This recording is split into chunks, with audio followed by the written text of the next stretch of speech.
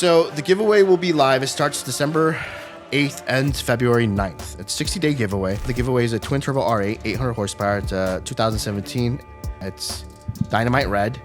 It's lowered HR springs. It's got T1 race, T1-01, 18-inch drag radius in the back. It's a cool car. And on top of that, you get $15,000 cash. We're not a giveaway company.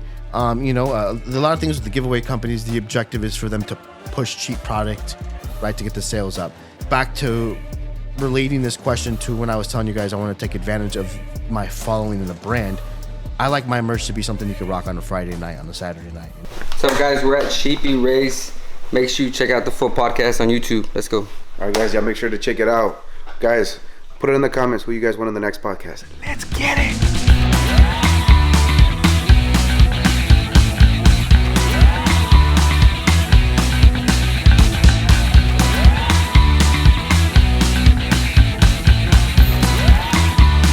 Welcome back to Go Hard Podcast. I'm your host, Noel. I'm your co-host, Team Billet. Hey, man, we got another very special guest for us today, another banger podcast. You know, we're out here in Cali, LA. Man, let's give it up for Sheepey Race. Yeah, compadre Alex. Thanks for Alex having and me. the other Alex. Two Alexes. Two Alexes and You one guys kid. flew all the way out here from... What happened? You guys flew from Houston. Yes, We're we're from from Houston, Houston. Texas. Dedication, buddy, coming all the way here. Came all the way. We got 3 podcasts today, guys. We did Yellow Jacket, Sheepey. We got King of Only Time from Hoonigan next. If you're new to the channel, make sure you like, subscribe, and follow. Stay updated. So, Sheepey, Yep. where you at today? We're in California. No. Where are you at today in the shop? Like, how's business? How's everything going? It's business is, if anyone's gonna tell you, things are great. Everything's up and down. So I call it the wave effect, right? Yeah. We just recently moved, so I was in a 36,000 square foot facility, and 4 years back I wanted big everything, crazy, and bigger's not always better. So it's just I was turning the same amount. I figured out what I could turn for work. And so we downscaled to, 13,000 square feet now. But so I think we've been up and running for like a month now here. So things are smooth, things are good. Nice. Yeah. So Very nice place. we actually went to the first location. Yeah. Yeah, big, huh? Yeah. It's big. big, I was yeah. like, dang, this is big. We saw everything. I was like, there's a bunch of boxes. We So seen I'm like- boxes and parts and stuff. We're like, it's not Sheepey. Yeah. And then you send me the address, and so we just turned around and came over here. It's like 15 minutes. You know what it is? It's like I wasn't trained for business, right? I dropped out of high school. I'm self-taught as I went. So, coming from nothing, you want everything in the world. So me, I'm like, one day I'm gonna have the biggest shop in the world, and I went for it and I did it. And I could afford it, we could afford it, but it's just once you figure out what you could produce a week, produce it working properly, you realize that the square footage you have, it's just storage. I was utilizing probably a third of the square footage. So 2/3 of the building weren't being used to its potential of making money. Right. So once I figured that out, I'm like, I'd rather put that money back in the company's pocket versus throwing it away in a building just to have a cool big building. It was cool. I did it. But I figured out my limits of what I could do, and I just readjusted. Like any business, you're going to readjust. You shoot for something, it might not work.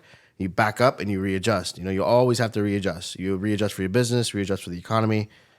Right. You got to keep readjusting. Yeah. So you're taking up too much real estate that wasn't producing. It wasn't producing. I wasn't utilizing. Utilizing it. Right. Yeah. Right. Could I hire more techs and do more? Yes, but then that's more problems, more stress. Truth be told, dude, like I had a huge staff. That stress ain't for me. Like I that's not why I created this. So I toned it back to a position where I could enjoy it still. I could have fun. Dude, for a year and a half, I was not enjoying it. I was stressed every day. Really? Dude, the responsibility. You got 26 employees. You got all these cars. You got all this overhead. You don't go in and say, I'm going to build a race car today. You go in and say, like, I got to produce X amount of money for this. And that's not why I started doing this, So it's just hard. As a human, everyone's got their limitations. You got to figure out what's good for you. And then I got 3 kids. I got a wife. Like, I got to go home and be dad. So when you can't go home and be dad because you're always thinking about work, the objective is to create a business for it to be a slave to you. But when you become a slave to the business, you got to readjust. Ooh. Mm-hmm. Yeah, Nice. so you got to see what everything's right. Everything what you feel. There's no book for it. Yeah. It's something that you figure out as you go with your staff, your people, the client base, what you do, who you cater to. everything's different. You could take advice from people. I've taken advice from. I've been fortunate. I've made friends with clients that own Forbes multi-billion-dollar companies that give me advice. You can only take it so far, right? Do you grab pieces from different people? A very wise, brilliant dude. He goes by 458 Destroyer on Instagram. He's the one that gave me that advice about being a slave to the business, and that's when the light bulb turned on. It's like, forget what's cool on the internet. Do what's right, and to make you last for a long time. So, yeah. Right. Take us back to your roots, Alex. Ooh, Hondas. Yeah. Take us back, like where it started from. You know, we know Way back as a kid. Yeah. If you can. Back in the day, grocery stores had magazine aisles. I think they still do, right? But back then, you had Walmart Lowrider, still has it, you had Import Tuner, Sport Compact, Turbo. You had a whole section of just automotive based things, right? And I was as a kid, dude, as far as back as I can remember, man, I must have been 7, 8. My mom would be grocery shopping. I'd go down the magazine. I'm gonna be at what's on revistas. I'm gonna be at the magazines. Yeah. Mm-hmm. All right, cool. That's where she would find me, looking at cars. As a kid. And first it was lowriders. Always into lowriders, and then I started looking at the imports. And then my neighbor across the street at the time had one, and he used to go to the Ontario street races. And I was like 12. I was young, and I used to go with him. And I just got a love for cars. And then I moved to Colorado and kept in touch with my friend here in town, which is still my friend. And I just was fascinated with these cars. Back then, there was no internet. Mm-hmm. And my mom used to give me $3 for lunch money every day. And I used to save this money. And at the end of the month, the new month of magazines would come up. So when I go to the grocery store, I'd buy all the magazines, right? Yeah. And she used to talk shit like, "What are you gonna do? Take bites out of your magazines to eat?" I would just eat the cafeteria food and get my money and buy these magazines and read. That was my internet, right? Mm-hmm. And that's how I kept up with the import industry, and then met friends into cars there. Started tinkering with Hondas, and then when I turned 18, my dad lived here in Riverside, and I knew that cars were huge here. So I'm like, I need to go back to Cali and meet people. So I packed up my Civic and drove out here at the age of 18. To chase automotive. I'm like, one day I need to go to Cali. I need it. That's where I need to be to do something in cars. Yeah. So on my 18th birthday, I loaded up my Civic. I had $742 to my name, and I drove down here. Wow. What Civic was it? It was a 94 hatchback. Okay. That later made covers of magazines and like Honda magazine. Yeah. That's why I started with Hondas, and I built Hondas out of my garage. I started drag racing, and then I got big into street racing. That's where I met Alex from Yellow Jacket, and that's all I wanted to do. And then I went the route of building a nice car where I did a nice paint job, all the other stuff, and landed a cover of magazines. And dude, the rest just continued on. So the Hondas, you pretty much were there when Honda. Were you there when the Honda culture was like booming, taking off, or like getting popular? I think there's been a couple different like boom waves of Hondas. The first one, of course, was in the 90s. I wasn't a part of that one. I was part of the 2000s one. When the Fast and Furious and stuff like that was getting popular? Nah, Fast and Furious was like, when the people did like the body kits and the rims and the lights. I was the chapter after that. I was when the JDM stuff kicked in. When like when Japanese culture influenced the American, the Americans. Mm-hmm. That's when I came in. I was always into like building fast. I wanted fast, so I was influenced by real motorsport stuff, like the real drag guys that used the AN fittings on stuff. That's what I was influenced by. So I applied some of that into the JDM stuff and just kind of created my own thing. So, and that's what actually got me known. The JDM stuff, building a car, kind of like not really. I wouldn't even call it JDM, but just you'd have to see it. But just with a lot of motorsports in the engine bay, Okay. So that was my thing. Wow. So, is it like the guy that does like the body kits and stuff? Oh, RWD? No, but that's like super different. Crazy. Oh, okay.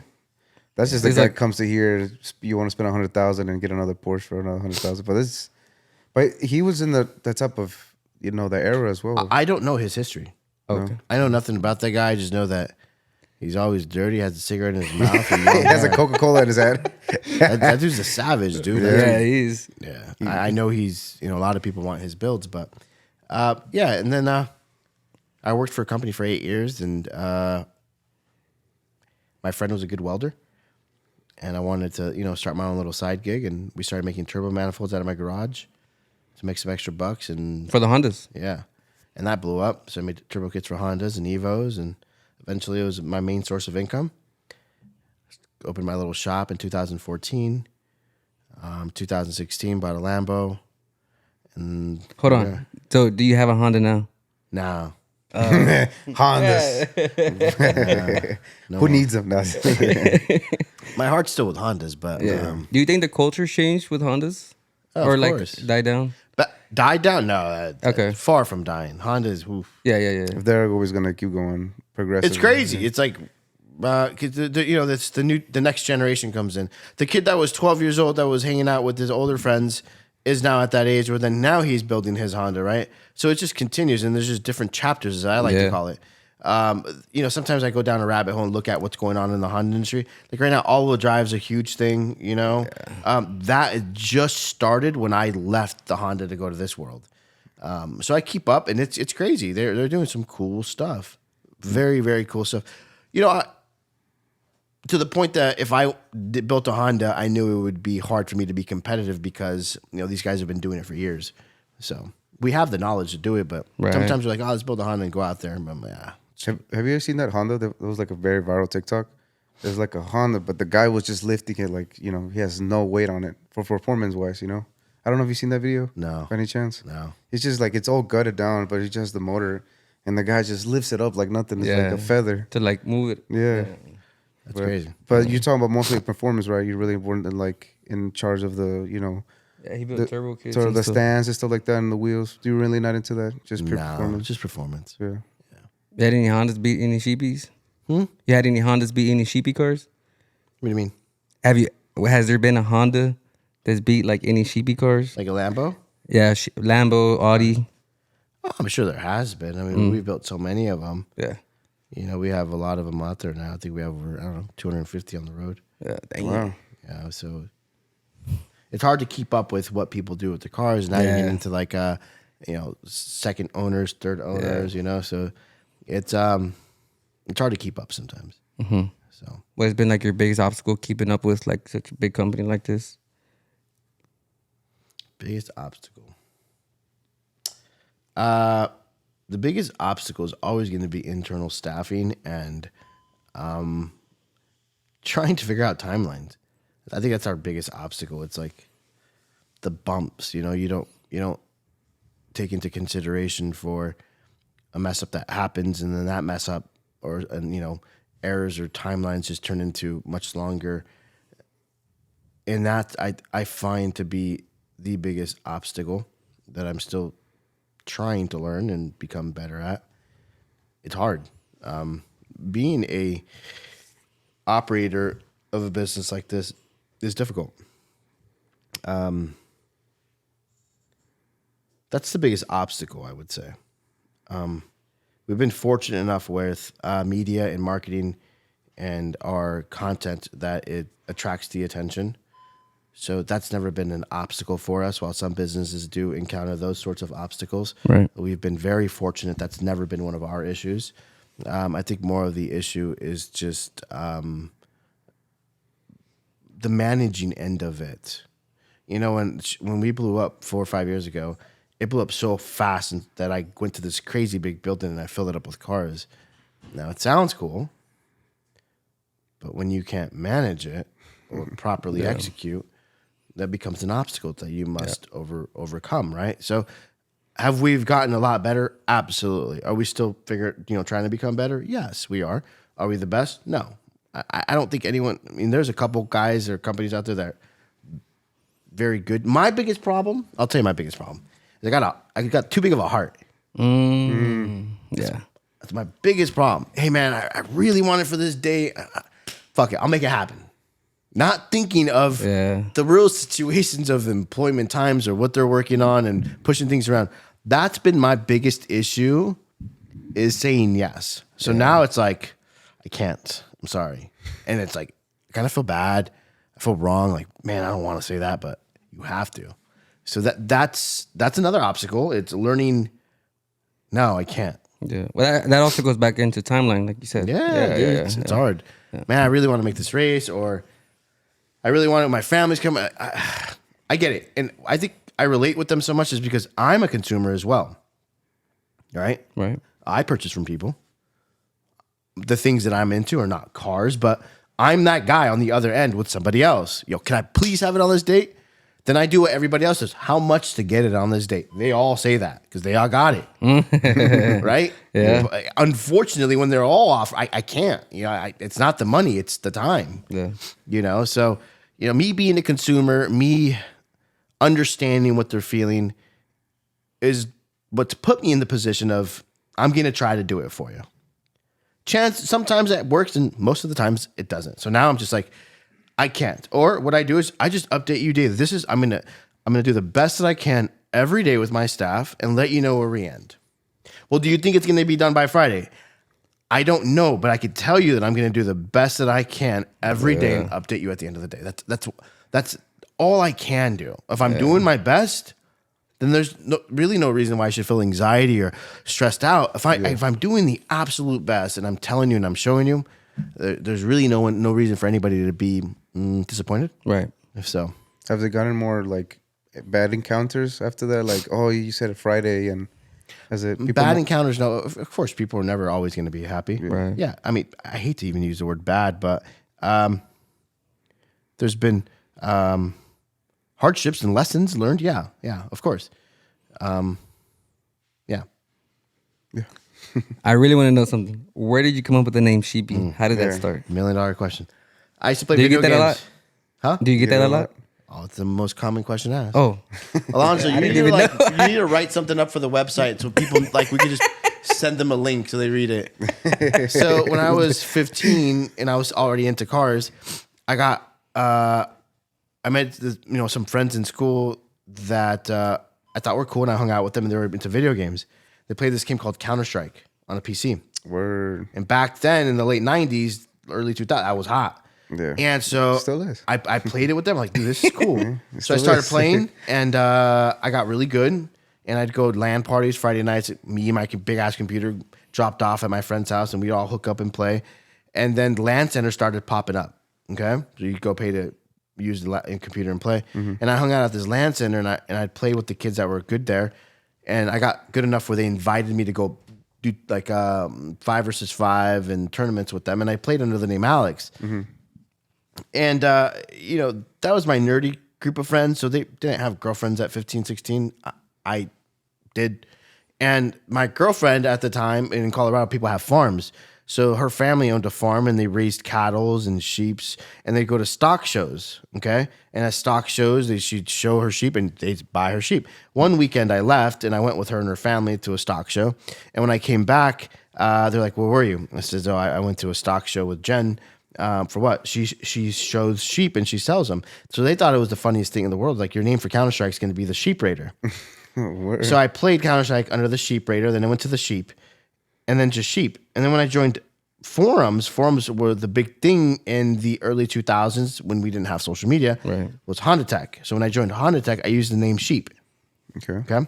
So I was on the forums, and I made friends on the forums. Remember a little bit ago, I told you I drove down here at the age of 18? Yep. Yeah. So there was, different chapters on Honda Tech, like you had California, Arizona, Texas, etc. So I would hang out in the Southern California forums, and I went to a Honda meet one time, and everybody had a little sticker, and I was Sheep, and this guy's like, "Oh, what's up, Sheepy?" And it just stuck. Oh. So after that, I got stuck. Yeah. So it went from sheep to Sheepy. Yeah. And then when I built my first car, and they're like, "Hey, we want to feature on the magazine," I'm like, "It'd be cool if on my valve cover I put a Sheepy built," and I did it just to put it, and that was it. I know. Damn. So you mentioned that 4 or 5 years ago, your shop pretty much blew up. What can you say? Like, what popped it off? Was it because you went into Lambos? You went into Lamborghini? I was always big in the Honda world. Audi? I sold. Doing the twin turbo stuff and the way we were marketing it and doing videos and showing it is what made it pop off. Because the other guys that were doing their social marketing is different, right? And ours is different, and it caught some attention, and we figured out how to market it. I never thought the YouTube videos would be big. We did those just kind of as instructionals, but that's been an influence. So Yeah, I mean, you said 5 years ago, what was you had like a viral video? What was the? I don't know. I never really paid attention The first to that viral stuff. video? Yeah. So Alonzo manages all the media and all that stuff. I genuinely don't pay attention. He actually calls me uncultured. Like I don't know what's cool. I don't know what's going on. I don't know anything. It's kind of weird. Yeah. But Alonzo, we need you on the podcast. No, I'm just playing. yeah. But it's weird because the way this guy makes me look makes it look like I'm super, because I am well known because it's on social media because of him. Right. But so when people come up to me and talk to him, I'm kind of like, Yeah. because to me, I go to work, I do my thing, go home to my kids, hang out with my girl. That's all I do, you know. He's the one that's like, let's do this, do that, do this, do that. It was the unicorn. Choi's unicorn. Alex Choi? Yeah, that Okay. did get a lot of press. Viral. Yeah, that was viral. It was when it was pink roll bar. Okay. Really? It was a Lambo with the roll bar around it. Damn. Yeah, that was very viral. I remember that. It was popping everywhere on Instagram. I think it was throwing flames too, if I'm not mistaken. Wow. It was just really looked like like a dirt bike, which is Skeleton. What do you call it? A skeleton car or something? I don't know, but definitely one of that the was first. one of them. You know, we've done collabs with big influencers that, of course, have helped our following. The first one I saw was I think was with TJ Hunt. You know what I mean? He had the SEMA Lambo with the custom, very expensive paint job that he did and everything. But I was kind of confused. Do you guys sell cars as well? Yeah, we do. Yeah, so as well. So because that's what they do. They they buy and sell here. That's what I've seen. And then you got a whistling diesel. Have you seen the video that he posted, or like they did the rubber band test or whatever? Yeah. Did it broke a little bit your heart in it or something like that? This guy's crazy. I don't build attachments to cars like that. I mean, it's just a material. It's just a piece of metal. Yeah, I mean, he definitely. I mean, how much money? Just do a you think machine. was like tens of thousands. He's crazy. He doesn't care. He breaks his cars. Did he take it back over here? He hasn't recently. No. He lives all the way in Tennessee, so he lives pretty far. Yeah, dude. Got a question for you regarding on marketing. Do you, business owner yourself, do you feel like if you can not perfect marketing or, do really well in marketing, you can build any business? Yeah, 100%. Marketing is key to everything. Marketing is number one. Yeah. We literally live in the middle of nowhere. You see my building? There's no signs. My business doesn't drive by and says, "Oh, hey, I'm in." No, it's all marketing. Everything is marketing. In this day and age, marketing is what's going to make you or break you. There's a lot of people that can invest into your phenomenal idea, but if you don't have the crowd or the eyes to look at it, you're not going to sell anything, right? Back to like how I told you guys, we've never had it. We've always been very fortunate. We have 663,000 followers on Instagram. That's a car shop. That's a lot. That's a big number for a car. I think we have the most in the automotive industry. Yeah, I think you do too. Yeah. And that's authentic followers. We've never paid for anything, and that comes from that guy knowing how to manage it, right? So if you have the audience and the crowd, and you know how to market, you sell anything, in my opinion, right? One of the biggest things that we slack, and I'll talk about it openly, is we don't fully take advantage of our audience. And a lot of it's my fault, and I'll tell you where it's my fault. My everyday problems. I come in here, I have responsibilities of cars that I got to build for clients. My brain is trying to problem solve all this stuff. It's not like, how do I take advantage of this 663,000 followers? It's problem solving my problems of today, right? Yeah. Then by the time I'm done problem solving all that, I'm tired. I want to go home. I'm done. I want to go hang out with my son, watch TV, play ball with him, make dinner. That's what I want to do, right? I hear you. The smart thing to do is to put someone that you trust to figure out how to take advantage of that audience, right? And capitalize on other things that you could use, that you could sell to the everyday guy that can afford a $40 shirt or $50 shirt. The percentage of people that can afford, my starting package is $40,000, okay? The percentage of people that A, own the car, then B, will invest $40,000 is very, very small, right? So when you have an audience that big, who am I really catering to? Your target audience. Who's really buying for me? Right. We're talking a low number. What is it that all 663 people could do? Buy a t-shirt, right? So we tried it, and I went back to that when we're blowing up.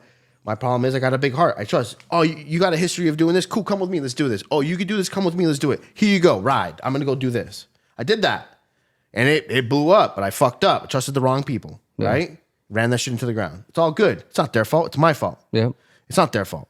It's my fault because I didn't nitpick every single thing and be like, nope, don't do this. Nope, don't do that. Or where did this go? Yeah. I'm not going to sit here, name drop or say anything. At the end of the day, it's my fault because I allowed it and picked those individuals, right? So then you restructure. Then you figure out, okay, stop, slow down. What is it that we really are? What's our core fundamentals of who we are? We're a performance shop. Let's back up and focus on that. Restructure. Now that we restructured, now let's go back and take advantage of the audience, right? If you do not have the correct people implemented, it does not matter how many sales you get, how many people are watching you, you're going to fail. Right. More the key, right? Yeah. So, and I got a taste of that, right? So now I restructured, trim the fats, and then it's like, okay, now let's go do it. Implement the right things. You look at the numbers beforehand. You look at everything. And it's not that you look at it because you don't trust them. You look at it because just you have to. It is your job. It is your business. You are the leader. You are The core. yeah, right?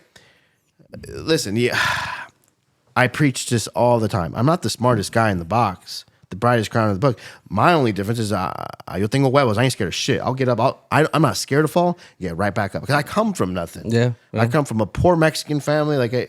To me, I've already made it. I got a roof and food. I'm good. I'm set. Everything else is a bonus. But you have to watch everything, and we are not set to do everything or make anything, right? I don't know what that guy knows. Like, I think everything he does is great. I'll do a video like, yo, that's sick. He's like, nah, I don't like it. I'm like, wow, dude, that's cool. Load it. Nah, I don't like it. Right? So you implement the right people and you implement the people that you could trust and the people that mean well and that'll be with you good and bad. It's the number one thing. It's like a most common fairy tale story. How many movies have all of us seen? Some dude does a big entourage, things go sour, te deja solo. Yeah. It's the most fucking common story you hear. Yeah. Pay attention who supports you when you're struggling or supports you when you need to figure some stuff out. Right? You always hear story, oh, he did this. Okay, so what else happened? Yeah. Feel me? Yeah. So that to me is, I think, the biggest lesson and the most valuable thing I've learned in life in the last year is the people around you and you know, the when you do have the struggles or you do have the bumps, your team or the people that you hire to do certain things to be there to help you through it. So to like other business owners out there that maybe have a shop, right? Mm-hmm. And you've learned this throughout your, till now. How do you find the right people? That's a great question. I don't know. I genuinely don't know. Everybody that works for me, I right place at the right time. He worked at a dealership next door to my old shop, hired as a photographer. The owner wanted a certain style of pictures. This guy took a style of pictures, and that guy didn't let him work the way he wanted to. And then I said, hey, can you take pictures for my product and update my website? So yeah, I can do it on the side. Then he comes to me and says, I think I'm going to leave this place and I'm going to do my own thing and take pictures for 3 to 5 businesses. I said, okay, cool. So do you have work for me for like at least 2 days out of the week? 100%. So he comes to those 2 days out of the week. He starts taking pictures of product. Love what he's doing. Shows me this idea. He's like, I have this idea to turn in your Instagram to look like this. Right? Okay. Do it. Yeah. Right? I don't have that view. I don't take those pictures, but he told me his idea. Okay, do it. So then those 2 days turn into 3 days, 4 days. I'm like, could I just keep you full time? So then he stayed full time with me, taking pictures. Then he was like, we should start a YouTube thing. Let's start a channel. Like, all right, I guess we could do that. Whatever.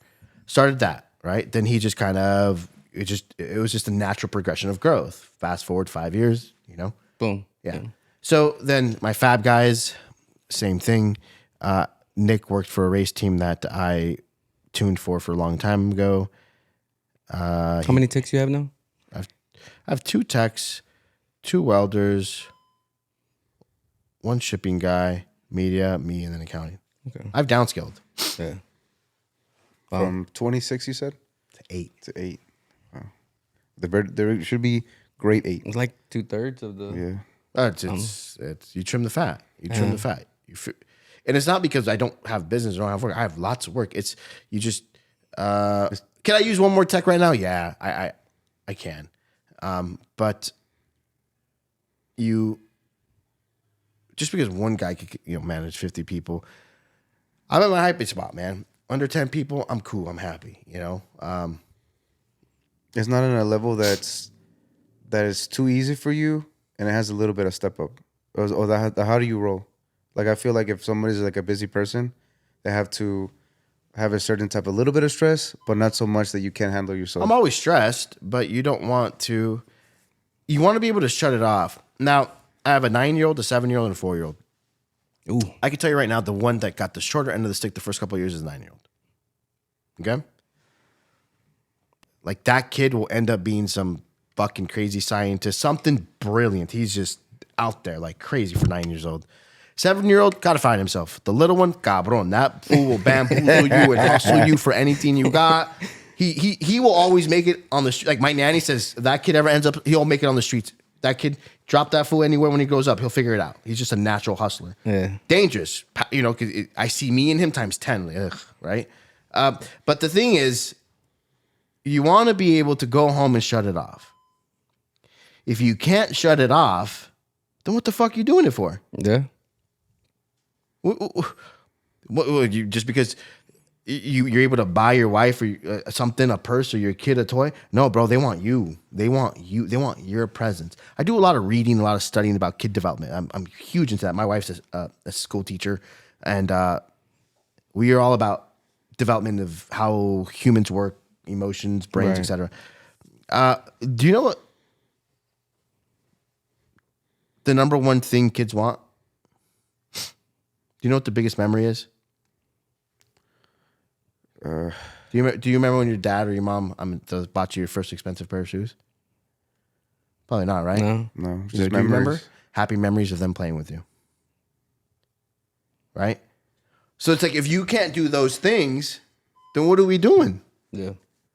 But my brain thought in the beginning, because my poor mother had to work 3 jobs to support us, I got to hustle. I got to work. I got to work house, cars, toys, anything you want.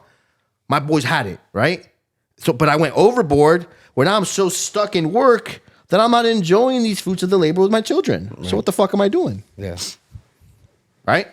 Again, life is scaling. And it's only normal for you to go that aggressive when you never had it.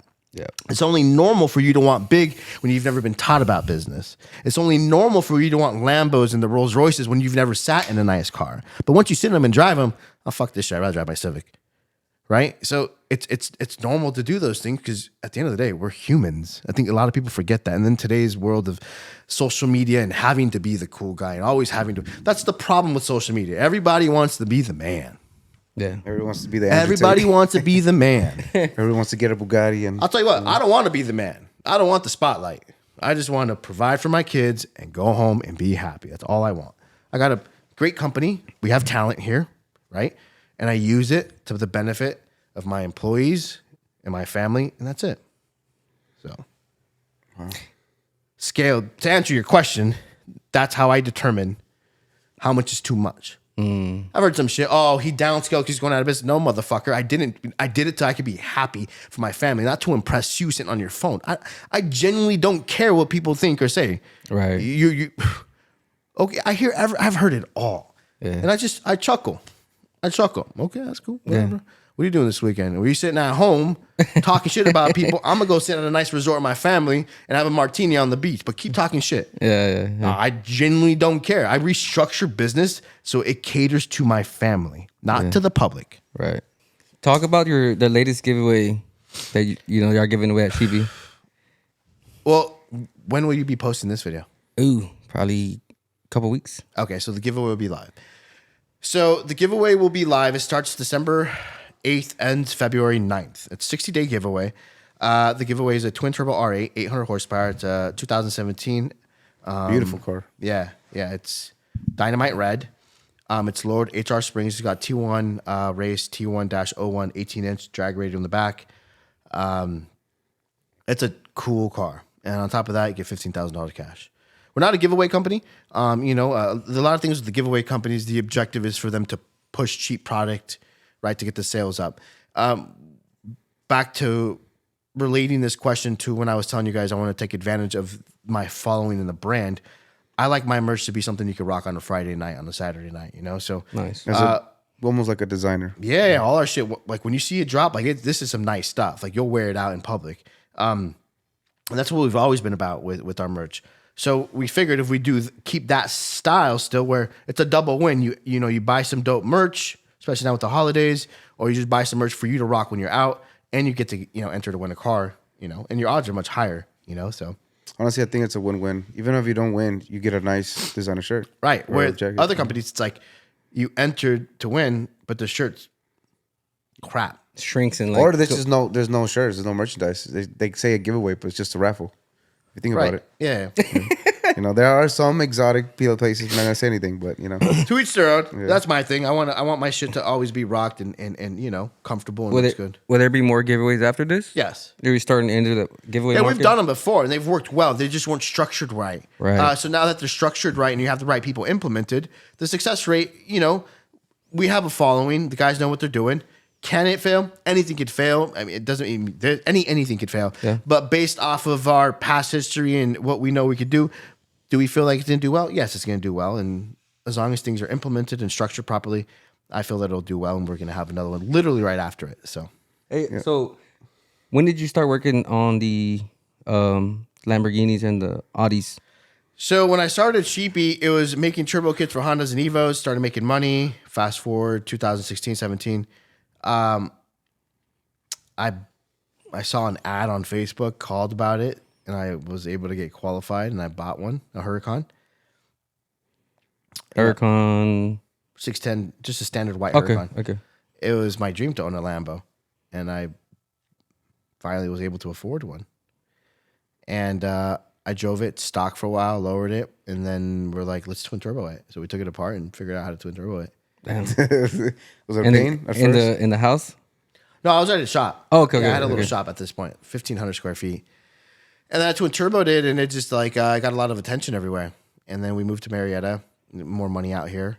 Then some guys had twin turbo cars that had issues that were built by other people. We fixed it for them. We're starting to learn them. And the rest is history. So, is it just Audi and Lamborghini? Yeah. Okay. Yeah. What's your favorite? R8. A newer one. Specific. The okay. Gen 3. Okay. Like a 2020. The sound deadening inside is a lot quieter. They're just comfortable. A Huracan's uncomfortable. The Huracan's a flex, but R8's comfortable. It's nice sound system. You roll up the windows. It's comfy. You're chilling. So From the Gen 3 to Gen 2, what's the difference as far as like the motor wise? Maybe Nothing. they're different. the only difference is the headlights, taillights, bumpers, and then I think the sound deadening, whatever they did on the newer ones, because it's definitely quieter on the inside. So Same motor.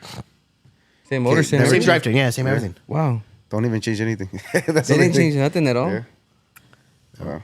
I know Lambo's. It's not pretty faster chill. now. That's what come We're over gonna here if you change want to this switch little- over to make it faster, Yeah. Mm-hmm. Yeah. Oh man, on Lambos, do they change anything every year? They do have one every year, of course, right? So Huracans, there's a lot more options. 2015, 610, 2017, they released a 580, which is just rear-wheel drive, steel rotors. 2018, they released Performantes, which is like a Type R Sick. of Civic. That one's a little bit more horsepower. The chassis is a little stiffer. It's better. 2020, they released the Evo, which then has many configurations: rear-wheel drive, all-wheel drive, Spider. That one has a full touchscreen display. And then we have STOs and other little Right. configures. So. Ventador. Let me ask you this: how many shops do you think are in North America?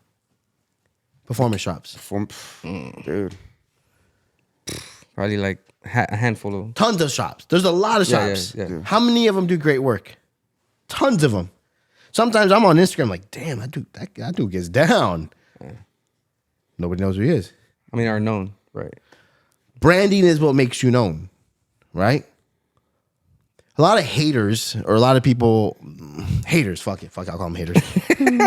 Uneducated people. Oh, the Sheepey sucks or this, they do whatever. I've seen the Sheepey car mess up. Yes, you know what? We have had cars mess up. I've had every issue in the book, just like you have, everyone has. Normal. The only reason why people like to attack me is because the brand is known, right? When you're so out there, people want to talk about the negative, and it's normal. It comes with the territory, right? But it's branding, right? It's yes, I never say I'm the best or I'm better. You've never heard me say that out of my mouth. There's a lot of great fabricators, car builders, and phenomenal ones. People that I look up to. I look up to a lot of people. I'm like, damn, you do great work, like this gangster. Now, what is it that I've done that they haven't done? I've branded, right? Right. Can't knock me for that. Like I figured out branding is number one. You look at this Sheep, you know exactly who it is. A 12-year-old kid can look at that Sheep and last Sheepey built or Sheepey race. That's branding. You know who the number one marketing branding genius in this world is? Mickey Mouse is the number one marketing genius in the world. Everybody knows Mickey Mouse in Disneyland. It's the happiest place on earth. If you ever go there, legitimately makes you feel like you're at the happiest place on earth. Right. You don't see one piece of trash. Everyone's smiling. Everyone's happy to help you. It is marketing fucking expertise. You want to ever build a business? Go hang out at Disneyland and look around. It's like, oh shit, take notes. Even colors. Everything. Look, even like changing subject, but even they have certain colors to people don't pay attention. They want people to focus on something Mickey Mouse is the icon, right? The face brand, of the face of the brand, worldly known, right? That's branding. That is branding, right? Is Mickey Mouse the best amusement park? No, but they're great at branding, right? So figure out how to brand yourself, and you'll be all right. Thank God, if I stopped working on cars and I said, you know what, me and Alonzo, let's go get a little 400 square foot office and just focus on merch, my lifestyle will not change. Damn. Exotics. No, my personal lifestyle. Oh, Right. My kids won't be affected. If I had to readjust and said, yo, Alonzo, let's get our shit, we out. No more cars, we're done. And I just focus on merch, my lifestyle would stay the same. Like in reality, the cars make the branding. Of course, it all works together. I would never do that. Right, because like a domino effect. It's a puzzle. It all works together. You can't have one without the other. Right. There was a time when I focused on selling cars only, but it needed the other end. It all needs each other, so you got to keep them all happy. Right. You can't feed one more than the other. You have to keep them all leveled. They all correlate with one another, and that's hard too. Like getting them all, balanced. It's difficult. I'll be in here with him doing something, or we're doing videos or something, and these guys are like, "Oh, well, we have to weld." I don't know if you ever watched any of my videos. The welding noise is loud. Aluminum welding is loud, right? And then they get annoyed. So it's just like the making it all work. It's hard sometimes. Right. So yeah, branding and marketing. But not even that. Like you're doing the giveaway. So it's definitely, people will buy it more. Mm-hmm. And people will like, oh, this guy actually has good brands. They're not just cheap quality. And people are just going to start doing, I think that's where you go. Focus on the giveaway and also focus on the brand. Because it kind of affects it though. They work together. Yeah, it's going to flow together. And then you get more traffic, more eyes looking at you, I know how many cars we could work on a weekend in a month. I can only do so much. I'm not going to hire more people. The only way I could turn out more work is to hire more people. I'm not going to do that. Yeah. So I'm going to focus on growing other areas. I think you're giving yourself more value in the brand, if you think about it. So what I've seen is like, for, this brand, and you have these Lambos, right? Oh, let's just say last year that you had a big, company. You could have made maybe 300 more Lambos or, all exotic cars. But because you have less percentage, I feel like you have more value in the brand for exotics. You know what I mean? Mm-hmm. So it's like, you have 100 less or 200 less, but there's more value into it. Yes and no. I mean, there's a lot of people building these things now. A lot of people are jumping in this pond. You could buy you could go on Google and buy everything to build one of these. I still find it that the people that own them don't want to. They just want to send it somewhere and not worry about it. Mm-hmm. But there actually is people out there that are gonna go for the best bang. And hey, to each their own. That's cool. I mean, there's a lot of hands in them, and I'm all for it. I mean, The ocean's huge, and there's plenty of food for everybody in it. So I've never hated on that. I never hate on when people call me and say, "Oh, why should I go to you versus person A, B, or C?" Well, you should call person A, B, or C and speak to them, and whoever you're most comfortable with, that's who you should go with. Right. If A, B, and C all offer you kind of the same thing, the same turnaround, overall the same, you're going to go out based off of who you're comfortable talking to every day, right? You're not going to vibe with everybody, you know? So that's how I base things. Right. So let's talk about your packages. Well, you don't have to explain every package because it's on the website, obviously. But what would be considered like Starter. no, because they have a starter one. Oh, where? But like maybe how can I say it? Like a race package for an average Joe. Probably Elite 1500 horsepower package. That one's 140,000. A little light. A little light. But, Yeah. Damn. Something like yeah. It's definitely pretty penny. 140K for the package. And that's just, Does it come with warranty? Yeah, of course. Yes, of course. The warranty thing is gray area, not a gray area, but that's like many factors go into that. But yeah, you What factors? there's a lot of safety things implemented in the computer. If you do not listen to these safety things and you break your car because you're not listening to the safety things, it's on you. I'm not going to cover it. Okay. I've yet to have that happen, but I always just say that just to say it. But yeah, I mean, dude, if we build you a car and you do an Elite 1500 and second gear brakes, well, it's on us. Send it back and we pick it up, see what went wrong and fix it and get you back on the road. It's happened. It happens. It happens. These cars, nothing in manufacturing is perfect. Just because you paid 140 grand doesn't mean it's going to last forever. It's not a fucking unicorn. It's a piece of metal, right? Yeah. A lot of people do think this too. It's like a misconception on the internet. Oh, it's a Lambo. They shouldn't be braking. You're sending it to the wrong guy. They brake. Do they sometimes brake because of not being installed right? Yes, that happens at places. But overall, these cars brake. They brake. Yeah. They're parts. Yeah. Yeah, they're parts. So, there's different manufacturers for different parts, right? So, like second gear brakes, I as clear as I can be, I don't manufacture this part. I just install it. Well, did you install it wrong? No, because one of the things with these transmissions is they're so smart that if you adapt it and it runs and goes through everything, chances are it was done proper. They're so sensitive that if something is off, it won't work out the back. So if synchro breaks off of a gear, it's manufacturer defect. So we deal with the manufacturer. We take the car, rip it all apart. We deal with the manufacturer, get a replacement part. We figure out a good grounds for both of us, for them helping us for the issues, and get the client back on the road. And we go from there. It happens. It's just a domino effect. There's gonna be manufacturer defects. There's always gonna be shit that happens. So the warranty comes. There's always gonna be like a manufacturer warranty. Then of course, because I'm charging you a pretty penny, I'm gonna take it. I'm gonna, you're coming to me and paying me this money. So if something does happen, you don't have to pay again. Now, if you broke first gear drag racing, wheel hop, that's on you. Then drag racing, a lot of factors come into place.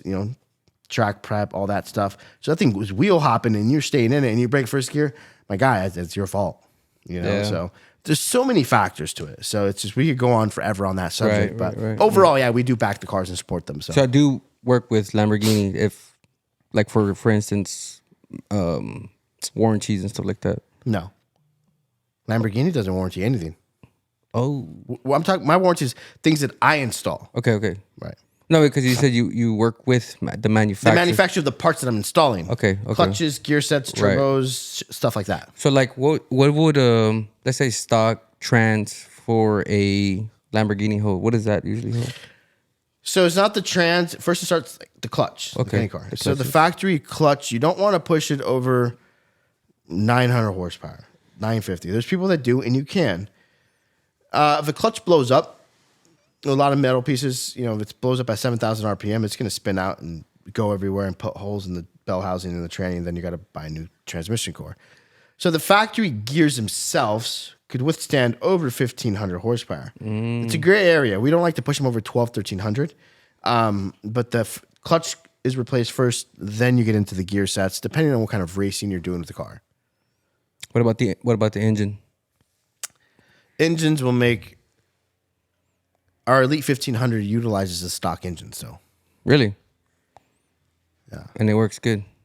it works good. Yeah, Do they have billet blocks for the Lamborghinis now? yeah. There's companies out there that make them. Yes. Okay. Okay. And that's with the two. Is that with the 2000 one? No. 2000 is still a factory block with sleeved Okay. And everything is done here, right? I do all everything.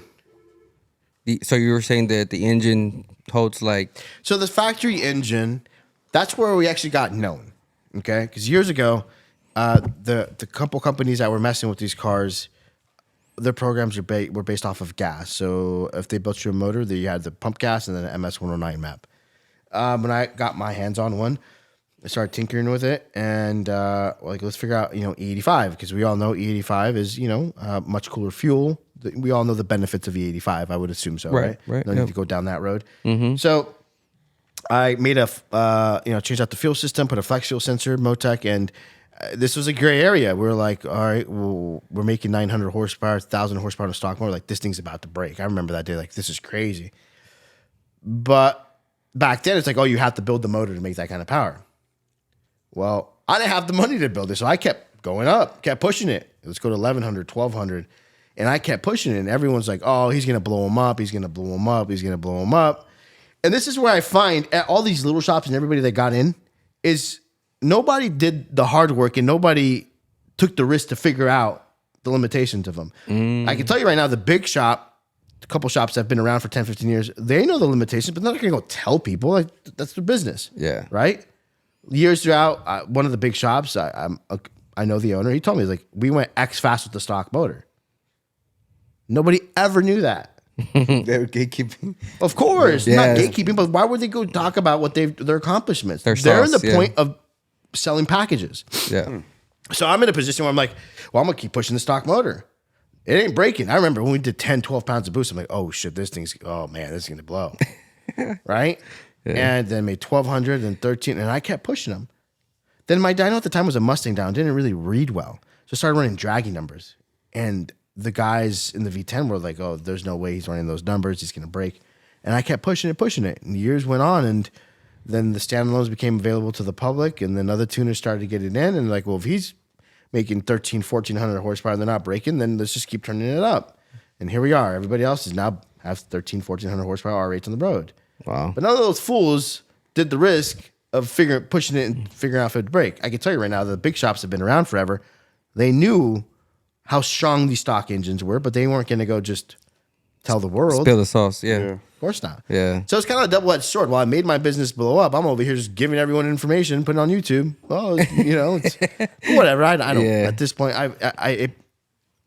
it brought me a lot of business. I do well. We do well. We're busy, so we're good. Yeah. But the stock engine, I've pushed one all the way up to like 1,800.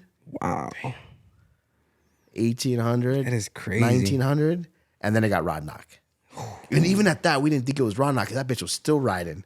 We're like looking for other things, putting it on the lift. Like, what's that noise? What's a lift? Like, it could be the oil pump shaft. It could be this. I'm like, I don't know. The log looks good. I'm like, doing 35, 40 pounds of boost rips. Like, dude, it's fast as hell. And it was rod knock. The rod was bent. Damn. Wow. Those engines are next level, dude. It's crazy. Damn. So yeah, Nothing like 1,500 one. on them on E85. Good ethanol content, 80% ethanol content. Good IATs. Don't make 1,500 all day. Wow. Comfortably. No problems and nothing. Well, after, I mean, nothing's ever comfortable. Yeah, that's true. obviously 1,500. It's pretty, pretty fast, Of all the dots line, good ethanol content, good intake air temps. The boost will come in and it'll be good. On a good day. Yeah, Yeah. In the daily drip. they're fast. What's the fastest car you guys ever been in? No, not on Like that. 1,000. You feel one of these, it's the craziest thing you'll ever feel. Really.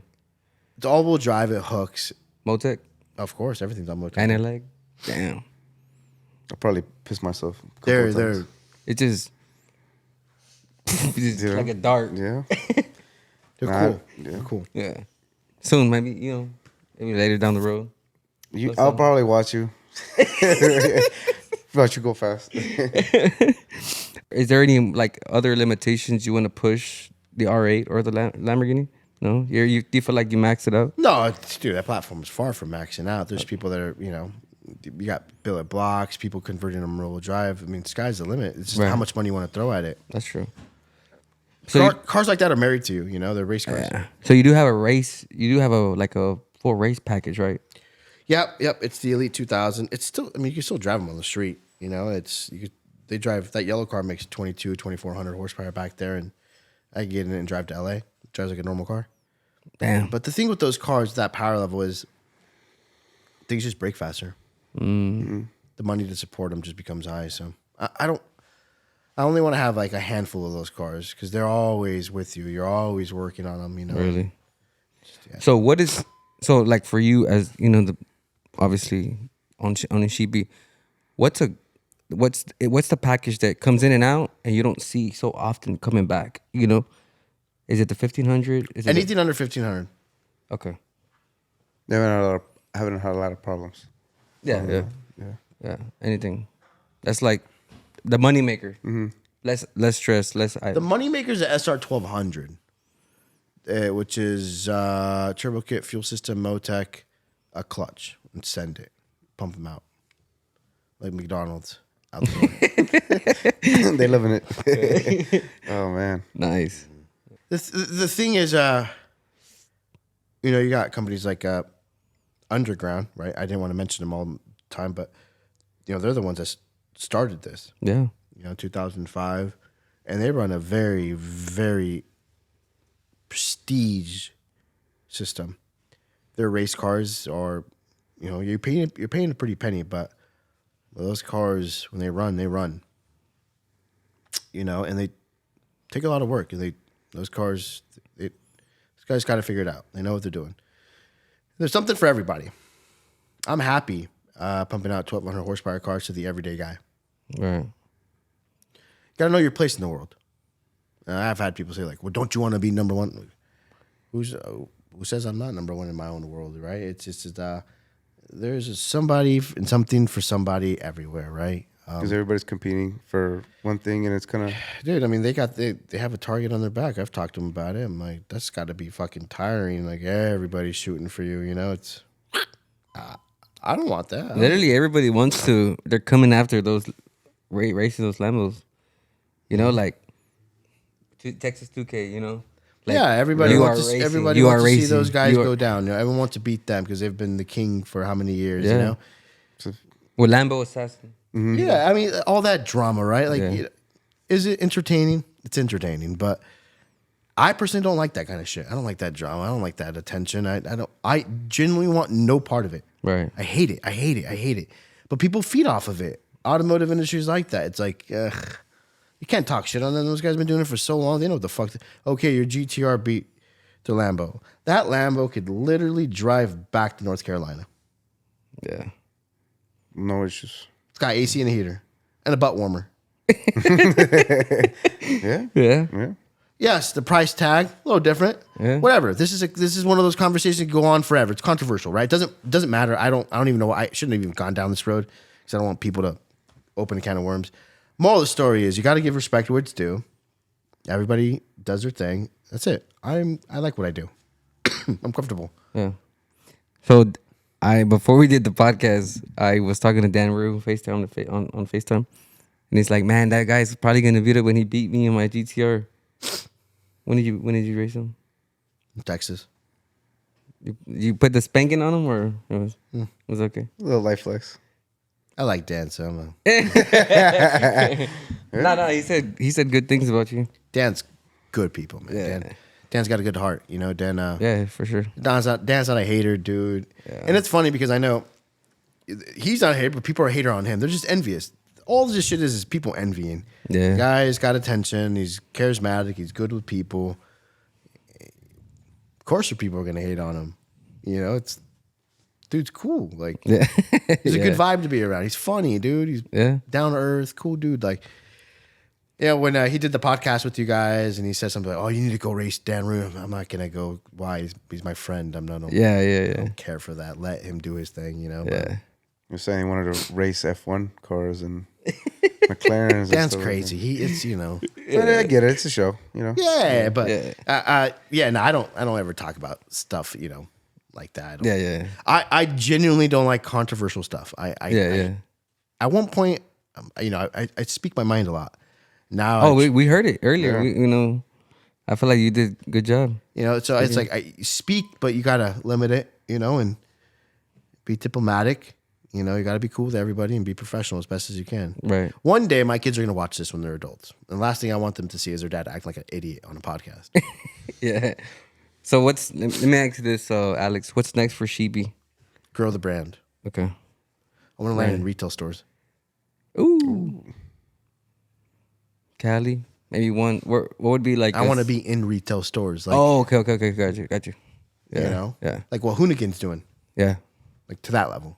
like toys and clothes and stuff. Yeah, like that. you walk into a Zoomies at the mall in your hometown. There's Hoonigan shit. Yeah. Yeah. That's It's a vibe. Yeah. That's a big goal, but that's right now. I feel good about my team. I have, dude, the best operation when it comes down to my my brand side, my marketing, the staff. That's the printing.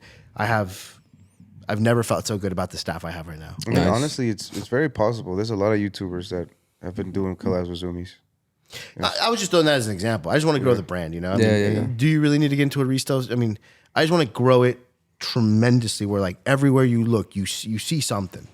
Well, I tell you what, that Sheepey statue, I can already see it in stores with this size. That's a goal. You Like, gotta have man. some goals. I've done at one point. I was like, hey, I want to build Lambos, some of the fastest Lambos in the world for some of the richest people. I did it. I've done it. I'm cool. I do it. Now I'm like, how big can I grow this brand? So that's going into 2024. My brain is focused to stabilize and continue stabilizing Sheepey Race, pumping cool cars out for cool people, and just scaling the brand as hard as I can. So. You know, it'd be cool. I just had a brain buzz right now. If you had like a cartoon Sheepey series, like on Cartoon Network or something. That's crazy out there. I don't know. It just came up in my head. I don't know. That'd be cool, right? Oh, Sheepey. Dun, dun, dun, dun, dun. I don't know. It's just coming to my head. The kid's coming out of you. Yeah. I like it.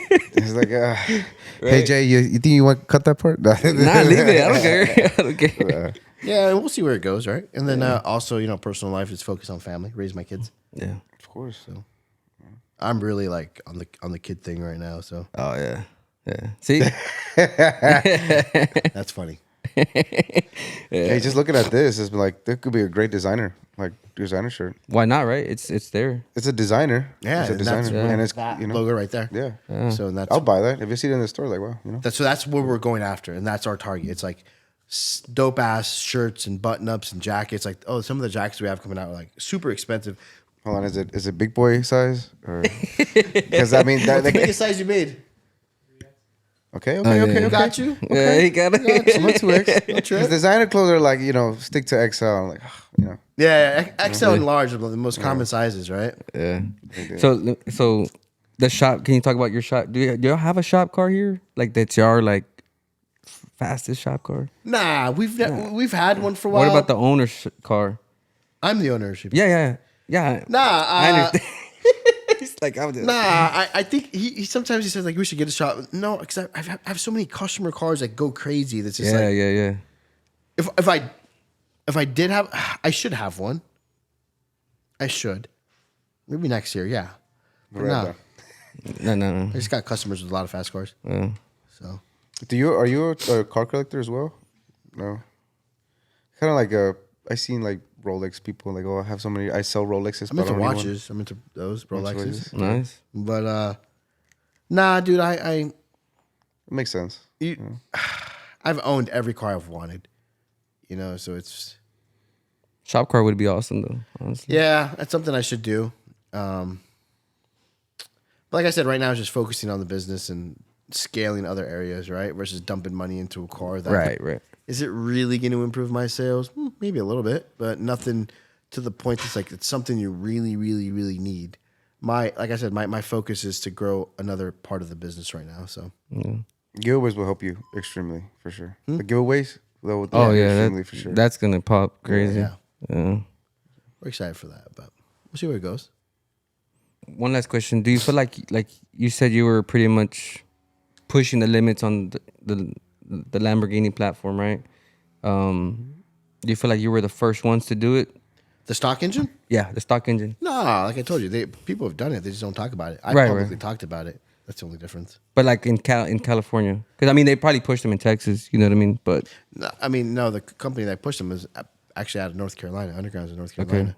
I think we're at a point now in the automotive industry with social media where it doesn't matter where you're from anywhere. It's just, yeah, at one point 10, 15 years ago, it was like, oh, the guy's from Cali or the guy's from Texas. Now it's like, it doesn't matter with social media. It's Yeah. like everyone's so well connected where you feel like you know them well. It doesn't matter where you're at in the world anymore.